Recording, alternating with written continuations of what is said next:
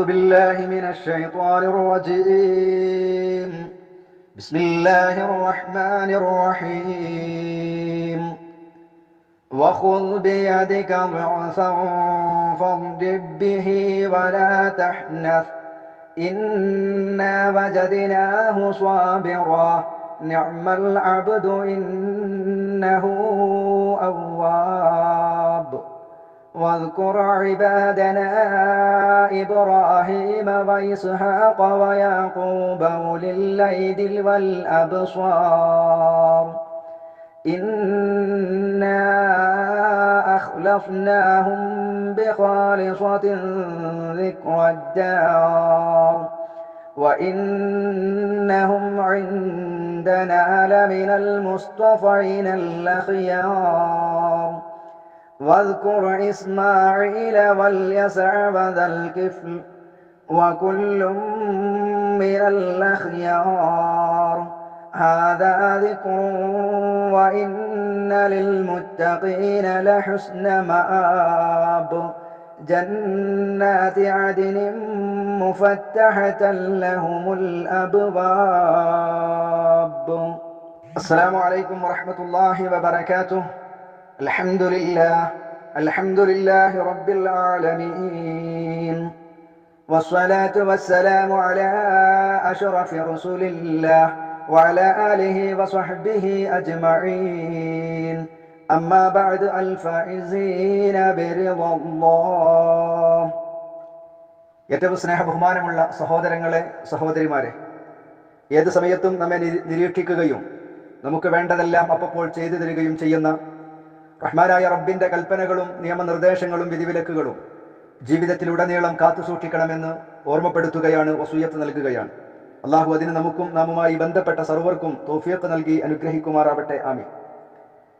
മഹാനായ അയ്യൂബ് നബി അലൈഹിസ്സലാമിന്റെ സംഭവമാണ് സൂറത്ത് സ്വാദിലെ 41-ാമത്തെ ആയത്ത് മുതൽ നാം മനസ്സിലാക്കിയത് ഇന്നലത്തെ ക്ലാസ്. അയ്യൂബ് നബി അലൈഹിസ്സലാം റഹ്മാനായ റബ്ബിനോട് വേദനകൾ ഉണ്ടായപ്പോ, അവശതകൾ ബാധിച്ചപ്പോ റഹ്മാനായ റബ്ബിനോട് പ്രാർത്ഥിച്ചതും അതിന്റെ പരിഹാരമായി നീ നിന്റെ കാലുകൊണ്ട് കൊട്ടുക, ഇതാ അതിന്റെ മുമ്പിൽ തണുത്ത ജലവും പാനീയവും ഉണ്ട് എന്ന് അല്ലാഹു സുബ്ഹാനഹു വ തആല പരിഹാരം നൽകിയെന്നും അത് മുഖേന മഹാനായ ദാവൂദ് നബി അലൈഹിസ്സലാമിന്റെ പ്രയാസങ്ങളെല്ലാം മാറി എന്നും എല്ലാം നഷ്ടപ്പെട്ടു പോയ അയ്യൂബ് നബി അലൈഹിസ്സലാമിന് അള്ളാഹുവിന്റെ കാരുണ്യമായും ചിന്തിക്കുന്ന ബുദ്ധിയുള്ളവർക്ക് സ്മരണയായിട്ടും അദ്ദേഹത്തിന്റെ കുടുംബത്തെയും ആ കുടുംബത്തോടൊപ്പം അതുപോലെയുള്ള വേറെയും അല്ലാഹു സുബ്ഹാനഹു വ തആല നൽകി എന്നാണ് ഇന്നലെ വരെയുള്ള ക്ലാസ്സിൽ നാം പഠിച്ചിട്ടുള്ളത്. അല്ലാഹു സുബ്ഹാനഹു വ തആല അയ്യൂബ് നബി അലൈഹിസ്സലാമിന്റെ ചരിത്രം നമുക്ക് പഠിപ്പിച്ചു തന്നത് എന്ത് തന്നെ കഷ്ടങ്ങളും നഷ്ടങ്ങളും വേദനകളും അനുഭവിക്കേണ്ടി വന്നാലും അള്ളാഹുവിനോട് മാത്രം പ്രാർത്ഥിക്കുകയും അള്ളാഹുവിനെ അനുസരിക്കുകയും ചെയ്യുന്നവരായി മാറിയാൽ അയ്യൂബ് നബി അലൈഹിസ്സലാമിന്റെ പ്രാർത്ഥന റഹ്മാനായ റബ്ബ് സ്വീകരിച്ചതുപോലെ കാരുണ്യവാനായ റബ്ബ് നമ്മുടെയും പ്രയാസങ്ങൾ തീർത്തു തരും. നമ്മുടെ പ്രാർത്ഥനകൾക്ക് അല്ലാഹു തആല ഉത്തരം നൽകുമെന്നും എന്ത് പ്രതിസന്ധികളിലും അള്ളാഹു അല്ലാത്തവരോട് നാം പ്രാർത്ഥിക്കരുത് എന്ന മഹത്തായ പാഠമാണ്. അല്ലാഹു സുബ്ഹാനഹു വ തആല അയ്യൂബ് നബി അലൈഹിസ്സലാമിന് നഷ്ടപ്പെട്ടു പോയതെല്ലാം തിരിച്ചു കൊടുത്തു. വിട്ടകന്നു പോയ കുടുംബങ്ങളെയും ബന്ധുക്കളെയും അള്ളാഹു അദ്ദേഹത്തിന് തിരിച്ചു കൊടുത്തു. സാമ്പത്തികമായ അഭിവൃദ്ധി ആദ്യത്തേതിനേക്കാൾ പൂർവാധികം വർദ്ധിച്ചു.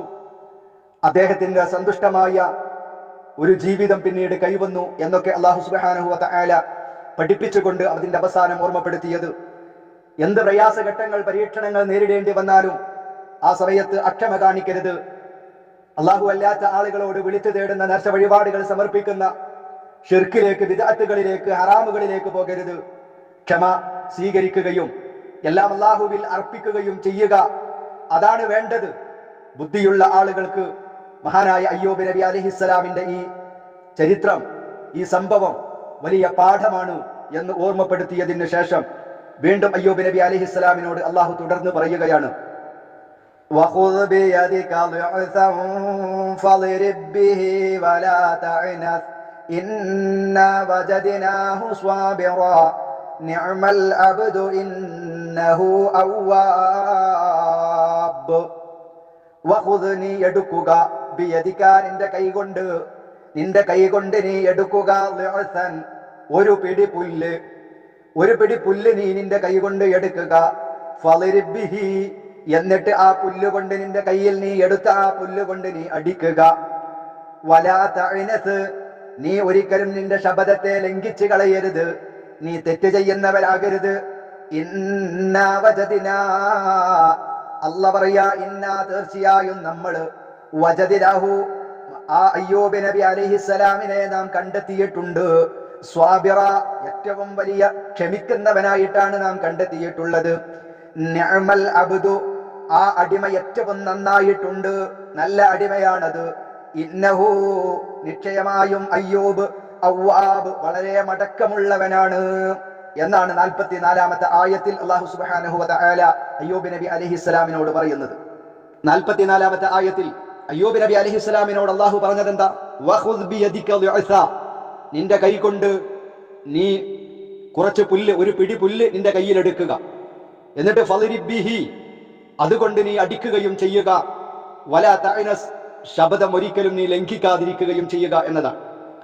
ഈ സംഭവം മഹാനായ ഇബ്നു കസീർ റഹിമഹുല്ലാഹും അതുപോലെ ധാരാളം മുഫസ്സിറുകളും ഈ ആയത്തിന്റെ വ്യാഖ്യാനം നൽകിയിട്ടുള്ളത്, അയ്യൂബ് നബി അലൈഹിസ്സലാം തന്റെ ഭാര്യ എല്ലാവരും വിട്ടെറിഞ്ഞു പോയപ്പോ, തന്റെ കുടുംബങ്ങളൊക്കെ പോയ സമയത്ത് മഹാനായ അയ്യൂബ് നബിയെ സ്നേഹിക്കുകയും അദ്ദേഹത്തിന് വേണ്ടതെല്ലാം ചെയ്യുകയും ചെയ്ത ഒരു ഭാര്യയുണ്ടായിരുന്നു. തന്റെ ഭാര്യയുടെ പക്കൽ എന്തോ ഒരു ചെറിയ ഒരു തെറ്റ് വന്നുപോയി. വലിയ ഒരു തെറ്റൊന്നുമല്ല, ചെറിയ ഒരു തെറ്റ് വന്നുപോയെന്നും അങ്ങനെ ആ തന്റെ ഭാര്യയോടുള്ള ദേഷ്യം കാരണത്താൽ മഹാനായ അയ്യൂബ് നബി അലൈഹിസ്സലാം സത്യം ചെയ്തു, ഞാൻ നിന്നെ 100 അടി അടിക്കുമെന്ന് സത്യം ചെയ്തു. എന്റെ രോഗം സുഖപ്പെട്ട് ഞാൻ നിങ്ങൾ ശരിയായി തിരിച്ചു വന്നാൽ ഞാൻ നിന്നെ 100 അടി അടിക്കും എന്ന് ശപഥം ചെയ്തു.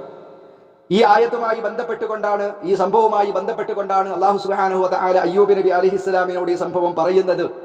നീ അവളെ 100 അടി അടിക്കേണ്ടതില്ല, അതിന് മാത്രമുള്ള തെറ്റൊന്നും അവൾ ചെയ്തിട്ടില്ല. എന്നാൽ നിന്റെ ശപഥം, കാരണം ഒരു സത്യം ചെയ്താൽ അത് നിർബന്ധമായി തീരും. അതുകൊണ്ട് ആ സത്യം, വലാ തഅനസ്, നീ ശപഥം ലംഘിക്കാനും പാടില്ല.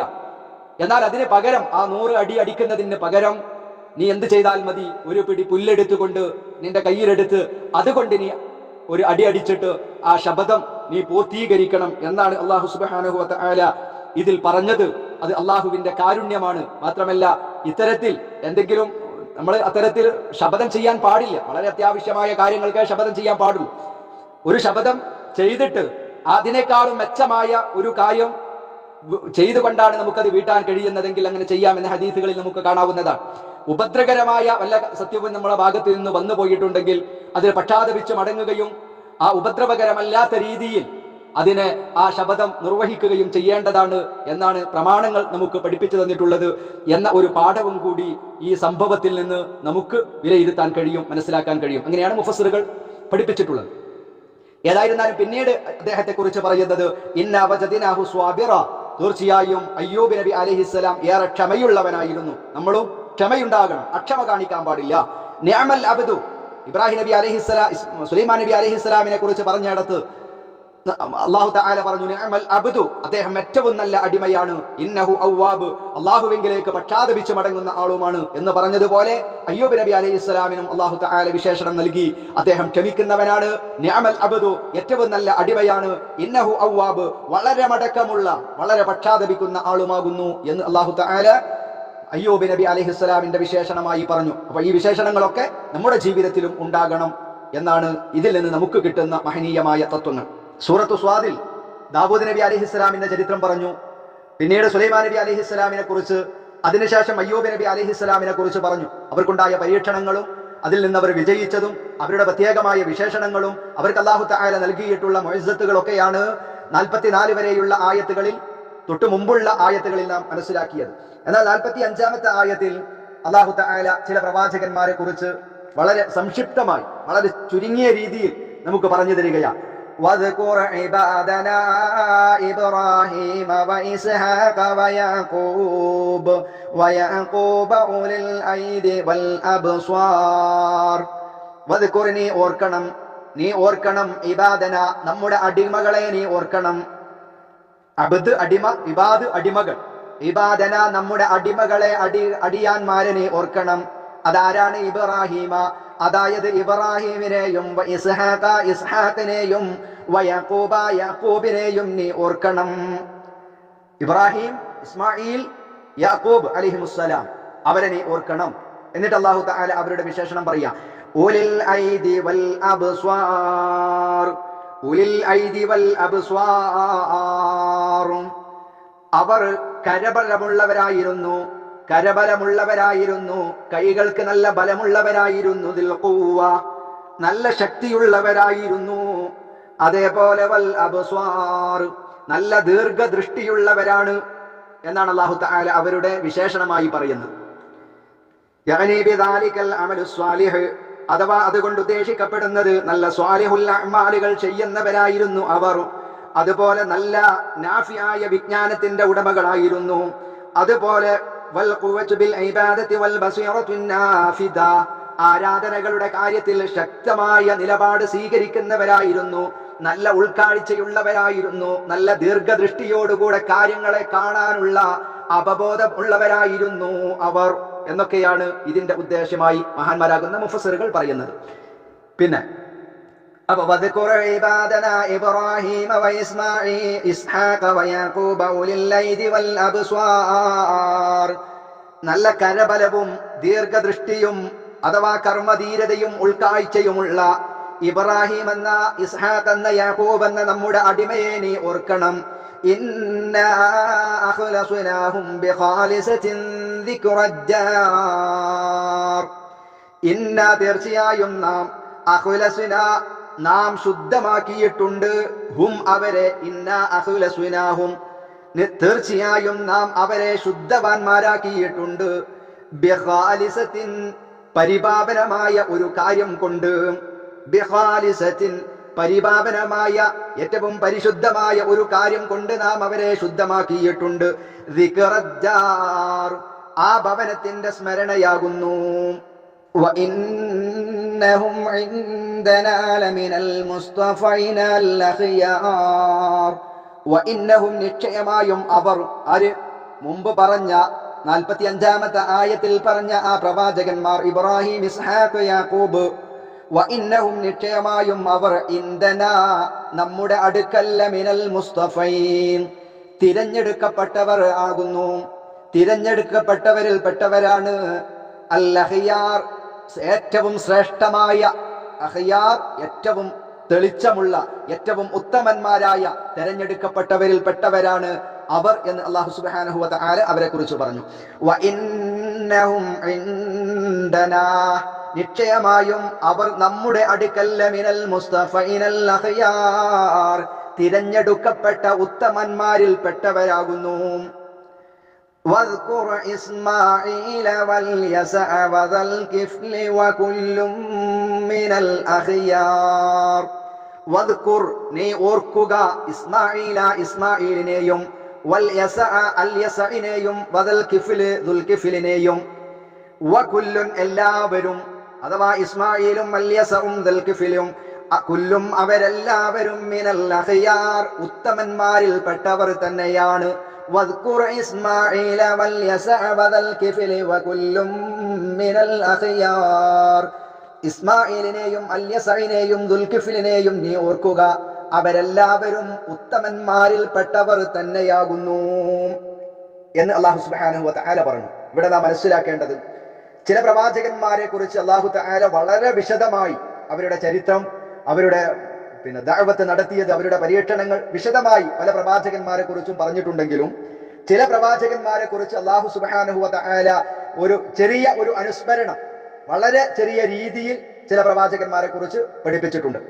എന്നാൽ വെറും ഒരു പേരിൽ മാത്രം നിലനിർത്തിയ, കാര്യമായി അവരെ കുറിച്ച് വിശേഷണങ്ങളൊന്നും പ്രസ്താവിച്ചിട്ടില്ലാത്ത ചില പ്രവാചകന്മാരെയും നമുക്ക് കാണാൻ കഴിയും. ഈ 4 ആയത്തുകളിലായി 45, 46, 47, 48 ആയത്തുകളിലായി അല്ലാഹു സുബ്ഹാനഹു വ തആല 6 പ്രവാചകന്മാരെയാണ് നമുക്ക് പരിചയപ്പെടുത്തി തന്നത്. അതിൽ അവരുടെ വിശേഷണങ്ങളായി അല്ലാഹു തആല പറഞ്ഞത്, ഒന്നാമത്തത് നാം പറഞ്ഞു, ഉലിൽ ഐദി വൽ അബ്സ്വാർ നല്ല ഉൾക്കാഴ്ചയുള്ളവരാണ്, അതുപോലെ നല്ല കരബലമുള്ളവരാണ്. ഉലിൽ ഐദ് എന്ന് പറഞ്ഞാൽ അങ്ങനെയാണ് അതിന്റെ പദാർത്ഥം.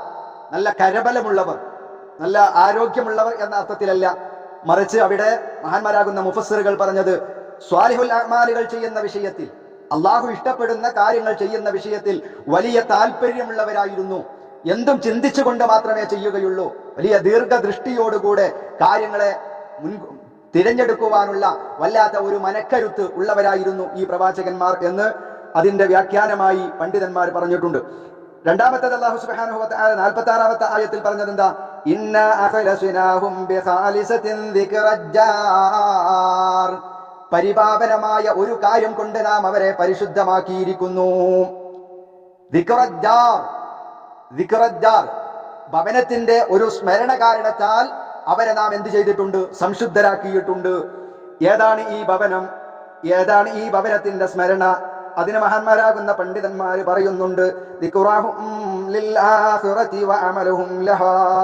പരലോകത്തെ കുറിച്ചുള്ള ചിന്ത, ആ പരലോകത്തിന് വേണ്ടി സമ്പാദിക്കാനുള്ള വല്ലാത്ത ഒരു താല്പര്യമാണ് അവരെ ഇത്രത്തോളം പരിശുദ്ധരാക്കുവാൻ, അവരിത്രത്തോളം പരിപാവനമുള്ളവരായി തീരാനുള്ള കാരണം എന്നാണ് അള്ളാഹു പറയുന്നത്.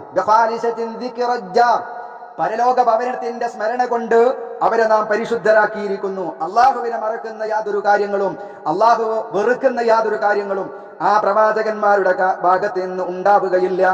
ഏത് സമയത്തും അവരുടെ ചിന്ത നാളെ പരലോകമാണ്, മരിച്ചു പോകേണ്ടവരാണെന്നും നാളെ റഹ്മാനായ റബ്ബിന്റെ മുമ്പിൽ നിൽക്കേണ്ടവരാണെന്നും അവിടെ വിചാരണയുണ്ടാകുമെന്നും ചിന്തിച്ചുകൊണ്ട് ആ പരലോകത്തിന് വേണ്ടി, മരണാനന്തര ജീവിതത്തിന് വേണ്ടി അധ്വാനിക്കുന്നവരാണവർ എന്നാണ് ആ ആയത്ത് കൊണ്ടുള്ള ഉദ്ദേശം. അതുകൊണ്ടാണ്, ആ ഒരു ചിന്തയുള്ളവരായത് കൊണ്ടാണ് ഈ പ്രവാചകന്മാരെ ഇസ്മായിലിനെയും എല്യസഇനെയും ദുൽഖിഫിലിനെയും ഒക്കെ നാം ഉത്തമന്മാരാക്കിയിട്ടുള്ളത്.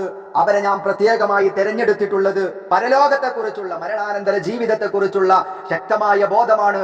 അള്ളാഹുവിന്റെ ഇഷ്ടം നേടിയെടുക്കാനുള്ള പ്രവർത്തനങ്ങൾ ചെയ്യാൻ അള്ളാഹു നൽകിയിട്ടുള്ള അവസരങ്ങൾ അവർ ഉപയോഗപ്പെടുത്തി എന്നതാണ് അതിന്റെ കാരണം എന്നാണ് അള്ളാഹു സുബ്ഹാനഹു വ തആല ഈ ആയത്തുകളിലൂടെ നമ്മെ പഠിപ്പിക്കുന്നത്. 48-ാമത്തെ ആയത്തോടുകൂടെ പ്രവാചകന്മാരെ കുറിച്ചുള്ള ചരിത്രം അവസാനിപ്പിച്ചിട്ട് അല്ലാഹു തആല 49-ാമത്തെ ആയത്തിൽ പറയുന്നത്, ഹാദാ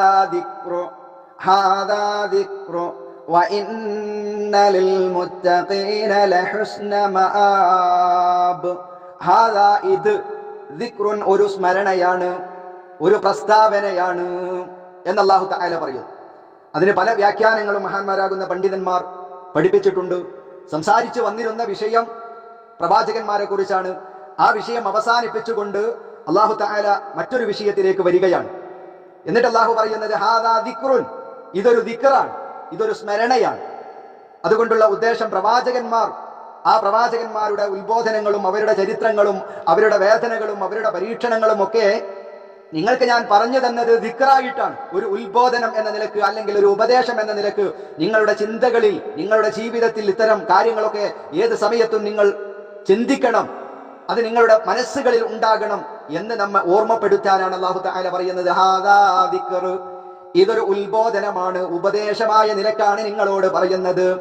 അതല്ലെങ്കിൽ മറ്റൊരു അർത്ഥപ്രകാരം ഇതൊക്കെ പറഞ്ഞത് ആ മഹാരഥന്മാരാകുന്ന പ്രവാചകന്മാർ സാധാരണ നിങ്ങളെ പോലെയല്ല, സാധാരണ മനുഷ്യരല്ല. അവർ മനുഷ്യരാണ്, പക്ഷേ സാധാരണ മനുഷ്യരല്ല. അവർക്ക് അല്ലാഹു സുബ്ഹാനഹു വ തആലയുടെ അടുക്കൽ വല്ലാത്ത കീർത്തിയുണ്ട്, ഒരുപാട് യോഗ്യതയുണ്ട്. ആ യോഗ്യതകളൊക്കെ വിവരിച്ചതാണ്. ഇങ്ങനെ പലതരത്തിലുള്ള വ്യാഖ്യാനങ്ങൾ കാണാം. ഹാദാ ദിക്ർ, ഇതൊരു ഉത്ബോധനമാണ് എന്നതിന്റെ വ്യാഖ്യാനം ഈ പ്രവാചകന്മാരുടെ ചരിത്രം പറഞ്ഞത് നിങ്ങൾക്ക് ഒരു ഉത്ബോധനമാണ്, അതല്ലെങ്കിൽ അവരുടെ യോഗ്യതയും അവരുടെ കീർത്തിയും വിവരിച്ചതാണ് എന്ന് പറഞ്ഞ പണ്ഡിതന്മാരുണ്ട്. ചില പണ്ഡിതന്മാരൊക്കെ ഹാദാ ദിക്ർ എന്ന് പറഞ്ഞാൽ അൽ ഖുർആനുൽ അലീം, പരിശുദ്ധമായ ഖുർആൻ, അത് ഉപദേശമാണ് എന്ന് വ്യാഖ്യാനിച്ച പണ്ഡിതന്മാരുമുണ്ട്. ഏതായിരുന്നാലും അതിന്റെ ശേഷം അല്ലാഹു പറയുന്നത് വ ഇന്ന ഹാദാ ദിക്ർ, ഇതൊരു ഉത്ബോധനമാണ്, ഇതൊരു സ്മരണയാണ്. വ ഇന്ന ലിൽ മുത്തഖീന, നിശ്ചയമായും അല്ലാഹുവിനെ ഭയപ്പെടുന്ന ഭക്തന്മാർക്കുണ്ട് ലഹുസ്ന മആബ്, നല്ല മടക്കസ്ഥാനമുണ്ട്.